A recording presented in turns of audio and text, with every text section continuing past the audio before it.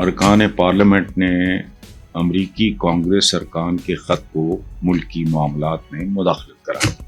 قرضے بھیکے مانگتے ہوئے یہاں عذاب آیا ہوا ہے، آپ کو بے شمار امدادیں وہاں سے ملی ہیں، تو آپ کریں اندرونی معاملات، آپ کے اندرونی معاملات ہیں کیا؟ پہلے مجھے یہ بتائیں۔ کسی بھی ملک کی ریڑھ کی ہڈی اس کی اکانومی ہوتی ہے، اقتصادیات، وہ پوری دنیا ٹھوٹا لا کے پھرن رہے۔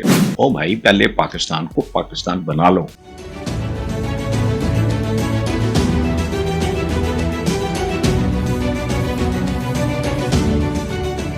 السلام علیکم ویورز، اللہ آپ کو اور ہمارے ملک کو اپنی حفظ و امان میں رکھے۔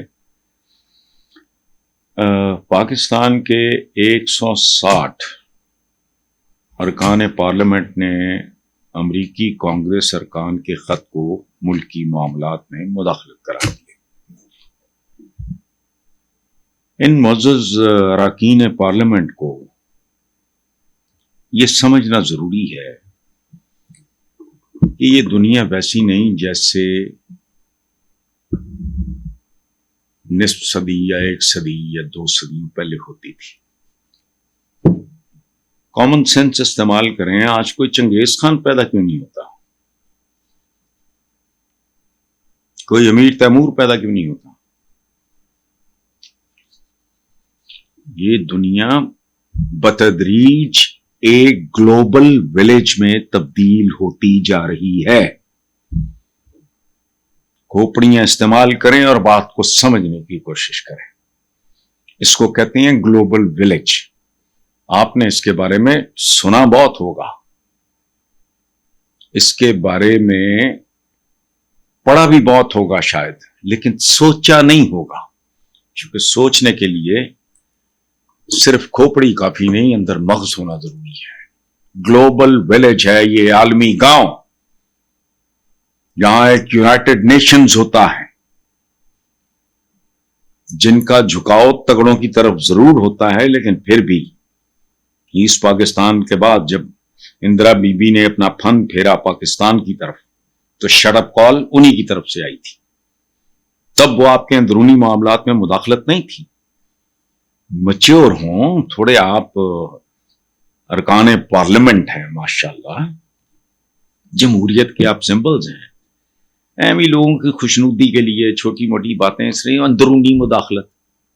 جب آئی ایم ایف سے قرضے بھیکے مانگتے ہو یا امریکہ سے اور بے شمار چیزیں، آپ کی ہسٹری میں نے اپنی ٹین ایج تک یہ دیکھا ہے، 2 ہاتھ ہوتے تھے، ایسے مصافحہ کرتے ہوئے، ایک پہ ایک کے کف کے اوپر پاکستانی جھنڈا ہوتا تھا اور ایک کے اوپر امریکن فلیگ۔ سمجھ آئی بات؟ یہ بے شمار ٹیکنالوجی ان کی بدولت آپ کو ملی ہے۔ یہ قرضے مرضے یہ سارا ہتھیار ہمارے پاس 90%، 80%، 70%، وہ اندرونی وہ مداخلت اس طرح نہیں سوچا کرتے۔ یہ گلوبل ولیج ہے، اس لیے آپ کو گلوبل سٹیزنز بن کے سوچنا ہوگا۔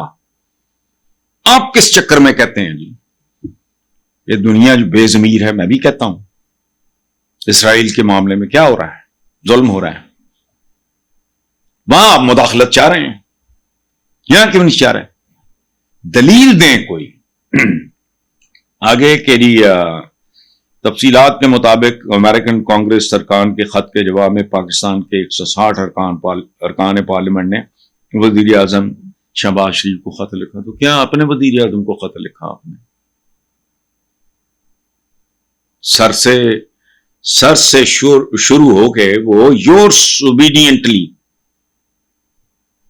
آپ کے تابع دار، اس پہ ختم ہو گیا ہوگا وہ خط، اور جو وہ سننا چاہ رہے ہوں گے وہ آپ نے لکھ دیا ہوگا۔ تو اچھا، پھر کانگریس ارکان کا خط پاکستان کے اندرونی بھائی یہ دنیا ہے اب گلوبل ولیج۔ وہی بات پھر کہہ رہا ہوں، بات کو سمجھنے کی کوشش کریں۔ پولوشن ہوتی ہے، اگر یہ ابھی ریسنٹلی کیا ہوا ہے، یہ جو یہاں عذاب آیا ہوا ہے کہ جی یہ ایسٹ پنجاب کی طرف سے آیا ہے، ان کو آپ کی وزیر اعلیٰ پنجاب نے کہا ہے کہ میں ایسٹ پنجاب، ہندوستانی والے پنجاب کے حکومت کو خط لکھوں گی کہ یہ کریں تو وہ کریں فلانا۔ ادھر سے ہوا آ رہی ہے، موج کرو. خدا کا خوف کریں. آپ کو بے شمار امدادیں وہاں سے ملی ہیں. بات سنیں، ایک واقعہ سن لو. مصیبت یہ ہے نا کہ یہاں پڑھنے لکھنے کا رواج نہیں ہے. قدرت اللہ شہاب پاکستانی تاریخ کے ایک بہت سینئر بیوروکریٹ ہیں. ان کی کتاب میں لکھا ہے یہ بات. امریکہ نے خیرات میں، زکوٰۃ میں، زکوٰۃ تو وہ انہوں نے کیا دینی ہے، یا امداد کے طور پہ، یا ویسے ہم جیسے مربی نہیں ہوتا وہ کیپ دا چینج. امریکنز نے وہ لکھتے ہیں اپنی کتاب میں، قدرت اللہ شہاب،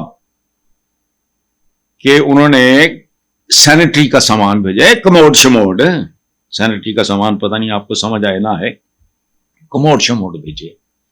قدرت اللہ شہاب منٹس لے رہے تھے اس وقت، پتہ نہیں جوائنٹ سیکرٹری تھے کیا تھے. شہاب نامہ ان کی کتاب کا نام ہے، جا کے وہاں کنفرم کر لیں. تو ایسٹ پاکستانیوں نے اس میں کہا کہ جی اس میں سے ہمیں بھی کچھ عنایت ہو جائے. تو پاکستان کے جو پارلیمنٹیرین تھے، آپ کے بزرگ بھائی، موٹی موٹی توندیں، مونچھیں، گاٹے، انہوں نے کہا کہ تم لوگوں نے کیا کرنا ہے یہ کموڈ شموڈ سینیٹری کا سامان، تم تو کیلوں کی گاچھ کے پیچھے بیٹھ کے فارغ ہو جاتے ہو، کیلوں کے جھنڈ کے پیچھے. یہ جواب تھا. وہ سامان لے لیا، اور جو کو مدد امداد یہ وہ تھرو آؤٹ. عالی شان وہمیں ترجمہ ہے حسین حقانی کی کتاب کا، پڑھ کے دیکھ لیں. تو آپ کریں اندرونی معاملہ، آپ کے اندرونی معاملات ہیں کیا؟ پہلے مجھے یہ بتائیں.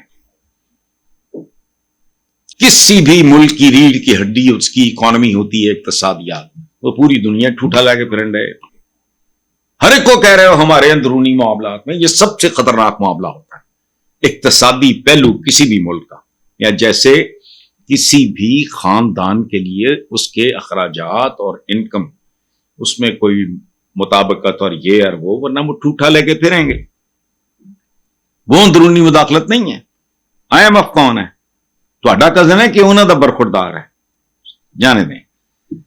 تو ہاں، ارکان کا کہنا تھا کہ بانی پی ٹی آئی کے مقدمات مختلف عدالتوں میں زیر سماعت ہیں. کسی دوسرے ملک کے ارکان کو پاکستان کے اندرونی معاملہ. او بھائی، پہلے پاکستان کو پاکستان بنا لو. ہمارے پیارے اور آپ کے بھی پیارے علامہ اقبال صاحب کیا فرماتے ہیں؟ ہے جرم ضعیفی کی سزا مرگ مفاجات. یہ اندرونی معاملہ اب نہیں رہ گیا، اب وہ پھانسیوں کے زمانے بھی گئے. دنیا بہت تیزی سے تبدیل ہو رہی ہے. کوشش کریں کہ اس کے برابر تو آپ نے کیا جانا ہے، وہ تھوڑے فاصلے سے اس کے پیچھے پیچھے چلنے کی کوشش کریں. اچھا، مختلف عدالتوں میں تو آپ بھول گئے اس وقت کہ نواز شریف پہ، آپ کے حاضر سروس وزیر اعظم پہ کتنے مقدمات تھے. بھٹو پہ قتل کا مقدمہ تھا اور پھانسی بھی ہو گئی. نتیجہ کیا نکلا؟ ذلت.